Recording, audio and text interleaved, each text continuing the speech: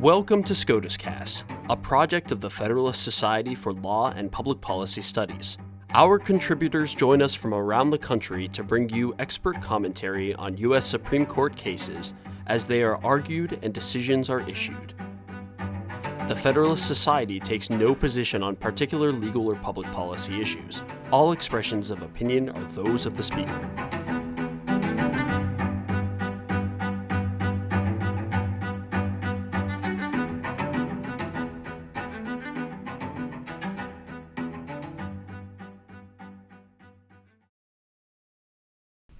Thank you for tuning in for the October term of SCOTUScast. I'm your host, Nick Garfinkel, on behalf of the Faculty Division of the Federalist Society.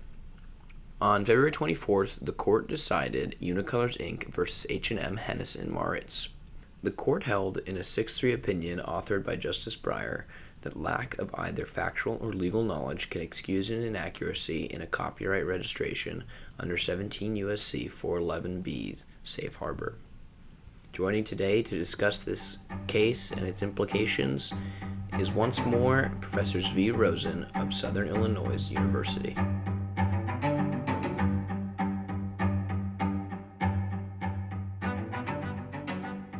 Okay, so Unicolors Inc. versus H&M. So Unicolors, as I mentioned, is a fabric design company. H&M is a fashion retailer, some you may have heard of. The question presented, and we're going to come back to this because it changes. Unicolors wanted the Supreme Court to consider two questions. First one, did the Ninth Circuit err in breaking its own prior precedent and the finding of other circuits in a Copyright Office and holding a 17 U.S.C. 411 required referral to the Copyright Office where there is no indicia of fraud or material errors for work at issue in the subject copyright registration? There was a second one they wanted as well, but the Ninth Circuit misapplying publication standard. The court did not grant cert on the second question. We're going to talk a little more about what this means, but generally speaking, Section 411 is what's required. So this is Section 411A. The United States retains the requirement of copyright registration to bring a lawsuit, and you find this in Section 411A. This says that subject to the provisions of subsection B, no civil action for infringement of copyright of any United States work shall be instituted until registration of a copyright claim has been made in accordance with this title. So what this means is for a United States work, and now foreign works are accepted from this, so you can comply with the Berne Convention and other international treaties. But for a domestic work in the United States, you can't bring an action for copyright infringement in civil court, in federal court, unless you've registered first. When you register with the Copyright Office, you basically send in the application, you send in a fee, you send a deposit material. Copyright Office then examines it and may choose to either accept or reject it. This is an edited version of 411A. A rejected application can still be used as a basis for a lawsuit. Congress added Section 411B in 2008. It's part of a pro-IP Act designed to really help copyright owners in lawsuits. It's a simplification, but a short version of it. 411B says that a certificate of registration satisfies the requirements of this section, remember Section 411A, so it does provide a basis for a lawsuit unless inaccurate information was included in the application with knowledge it was inaccurate. And I bolded that because that's the key question here. And secondly, the inaccurate information, if known, will cause the Registrar of Copyrights to refuse registration. And then it says, in any case where inaccurate information is alleged, the court shall request the Registrar of Copyrights to tell the court whether it would have refused to register. This question at its core is, what does it mean where a application was submitted with knowledge or is inaccurate information? So this is registration itself. I pulled this off the Copyright Office's online catalog. And this is what you would know about EH 101, which is the alleged infringing work. It's a so-called ethnic pattern. And the issue here, in essence, is that Unicolors sent this packet of 31 different patterns as artwork on bound sheets, but they called it one work. They did this mainly to avoid paying higher fees, and this has been a common practice for a long, long time. Back in the 30s, there was a major dispute over whether or not syndicated comic strips could be submitted in books or had registered individually, and everyone agreed that the syndication companies were trying to dodge higher copyright fees by sending in books that collected a lot of them at one. Nonetheless, the DC Circuit in 1940 held that this was a valid publication, and the Copyright Office couldn't deny registration. And their practice has remained to this day, sending in group registrations. However, the Copyright Office requires that something be a single unit of publication. The facts in this case regarding single unit publication are a little murky. Pretty clearly, on the relevant date of publication, Unicolors put all of these in their showroom. Unicolors argues that that constitutes publication. There is some argument that that's not really publication. They only distributed some of these, and only those that were actually distributed were published. It really shows them as two different applications of published and unpublished material. And that's the accusation of making an incorrect statement via application and making it knowingly. Because if you know that presumably Unicolors knew what they did. They knew they hadn't sent all of these to dealers and other partners, but they included all 31 in one application anyway. And so the question boils down to, where they made a mistake of law, is that infringement? Now, the question presented says, there's no indicia of fraud or material error. And so that's a very high bar, where a mistake of law, where if you grant it, you've pretty much decided the question. But that's not quite where it went going down the road. The infringement is a tricky issue. And I've copied these from the plaintiffs, from both Unicolors and H&M's filings in this case. This is a joint appendix. You can see all of this online on the court docket. It really is a fascinating display of how one of them is how Unicolors really means to portray this as, it says, hey, look, it's an exact copy. H&M is saying, these are nothing alike.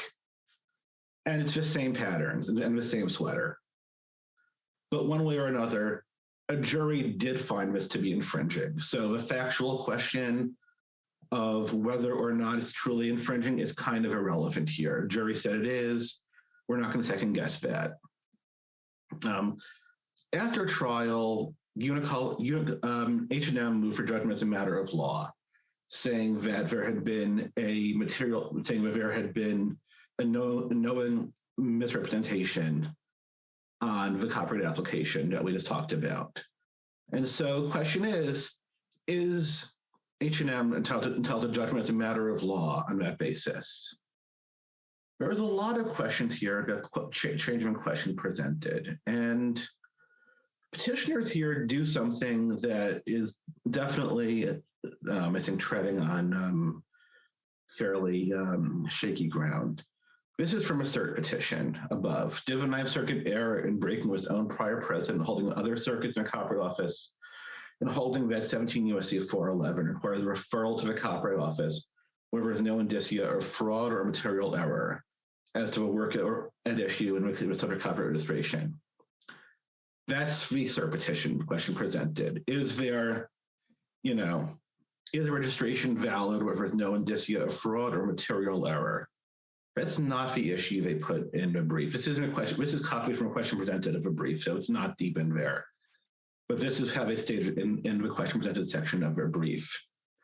Whether the knowledge element precludes a challenge to registration where the inaccuracy resulted from the applicant's good faith misunderstanding of a principle of copyright law. And this is what the case was actually argued as.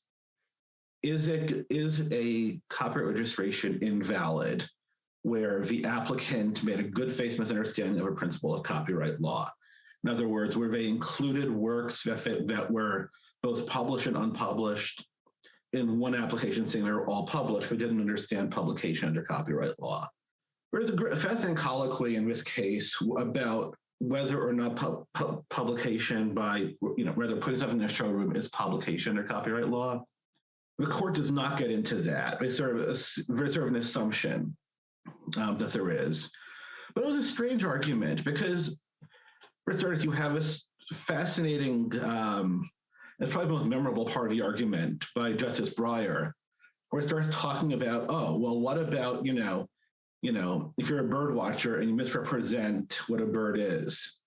One is using the wrong label, one is a mistake of fact, the other is a mistake of law. And Justice Breyer includes this in his majority opinion, although he changes Oriole to Cardinal in the final opinion. Scarlet Tanagers are in both. I don't quite know why. It's one of the interesting little bits of this case. But the case was argued. A lot of people showed up as amici in this case.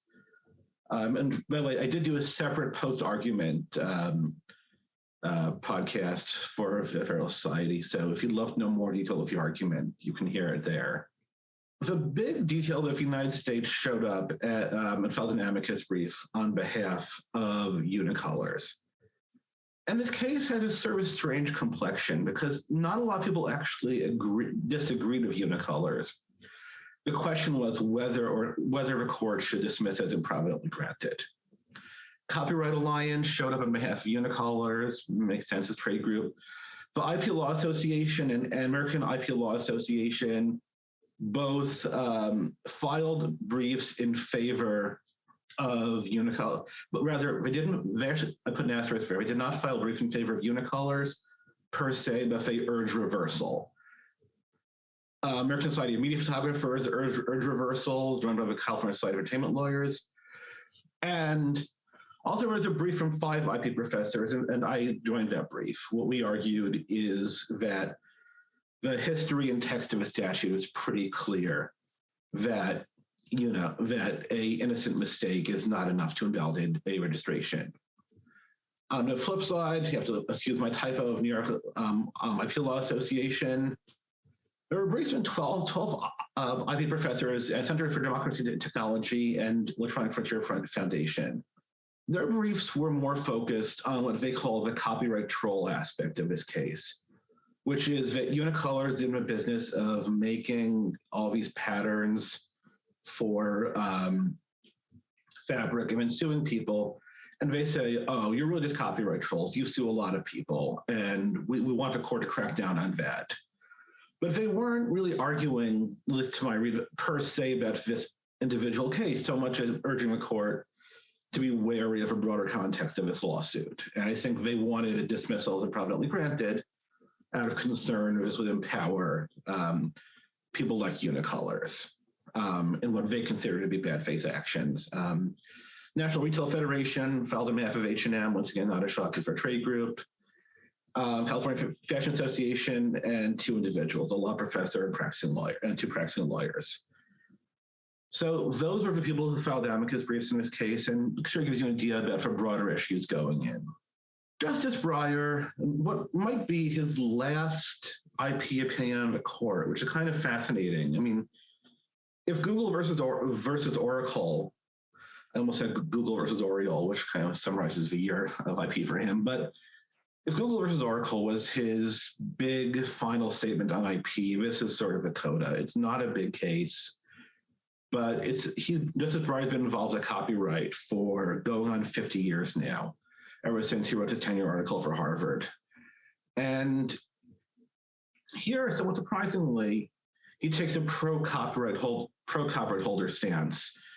But the decision makes more sense when you look at the broader currents, I believe, in Justice Breyer's judicature. So what does he say? This is for opening his opinion. The question of what concerns the scope of this phrase with knowledge that it was inaccurate in section 411B. The Court of Appeals believed that a copyright holder cannot benefit from a safe harbor and save registration if there's a lack of knowledge stemmed from failure to understand the law rather than a failure to understand the facts, and where they knew what they were doing, they just didn't understand legal significance. In our view, however, 411B does not distinguish between a mistake of law and a mistake of fact. Lack of knowledge of a fact or law can excuse an inaccuracy in a copyright registration. They therefore vacate the Court of Appeals' contrary holding, and they remand. Why? And this is what I said about Justice Breyer's judicature. Look at the statute, look at dictionaries, look at what knowledge is supposed to be. Look at our section of Title 17, which, talk about knowledge of both fact and law. A big thing for Justice Breyer, and this is where I said it taps into some prior currents in his judicature, is that he has a look of legislative history. In this case, legislative history is really clear that Congress amended 411 to add 411B in 2008 specifically to make it harder to show fraud on the Copyright Office and to make it more likely that a copyright registration is going to be held valid. And he notes that a lot of case law before 2008 also held that a mere mistake as to the law does not constitute fraud on the Copyright Office. So part 3 of a decision is basically Justice Breyer responding to a few comments and questions. I should say this is a very, very short opinion. The majority is I think 9 or 12 pages, and this is just a page or two of responding. The court adds this caveat that willful blindness is still knowledge. And I saw some people who were supporting H&M saying, you know what, okay, at least this does not change status quo all that much. Briefly argues a knowledge question, and basically, and we'll get into this in a minute with the dissent, but he says, listen, this was a subsidiary question fairly included in a petition's question presented, that, about the meaning of knowledge, even though we mentioned question presented had been changed by petitioners. Very brief, he spends like a paragraph on it, maybe 2, and it's vacated and remanded. We get a short dissent from Justice Alito, from Justice Thomas, joined by Alito and partially Gorsuch. Justice Thomas really homes in on the problem of procedure here. Hey, listen, having persuaded us to grant certiorari on this issue, Unicolors has chosen to rely on a different argument in its merits briefing. It no longer argues that 411B1A requires fraudulent intent, instead proposes a novel actual knowledge standard. Because I would not reward Unicolors for its legerdemain, and no other court had before today ever addressed whether 411B1A requires actual knowledge, I would dismiss writ of certiorari as improvidently granted. Justice Alito joins the whole dissent. Justice Gorsuch agrees only on this point. So Justice Gorsuch would have dismissed as improvidently granted, but wouldn't go any further. Justice Thomas, in the second part, only joined by Justice Alito, says, in this case, the court's misstep comes at considerable cost. Requirements in novel law is ordinarily satisfied by constructive knowledge, because actual knowledge of illegality can be difficult or impossible to prove. Yet here, the court imposes an actual knowledge of the law standard that is virtually unprecedented, except as in criminal tax enforcement. And he says, if the court reads 411B1A to be the lone exception is dubious. If the court does so, that permitting any other court in the country to first consider the question is unwise. He dismissed the case as improvidently granted and let the Ninth Circuit's decision stand. Obviously, this is what H&M wanted, because if it's dismissed as improvidently granted, Ninth Circuit decision stands. But either way, the court embraces actual knowledge and reverses and remands back to the court to determine whether there was actual knowledge of fraud.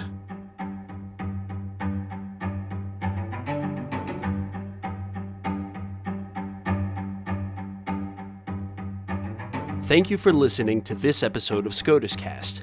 SCOTUScast is a project of the Federalist Society, a not-for-profit educational organization of conservative and libertarian law students, law professors, and lawyers, founded upon the principles that the state exists to preserve freedom, that the separation of governmental powers is central to our Constitution, and that it is emphatically the province and duty of the judiciary to say what the law is, not what it should be.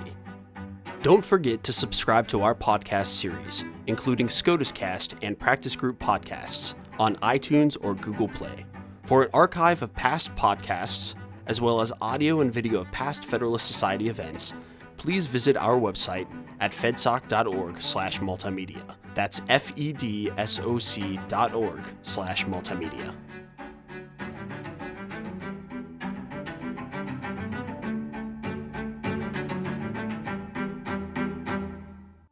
This has been a FedSoc audio production.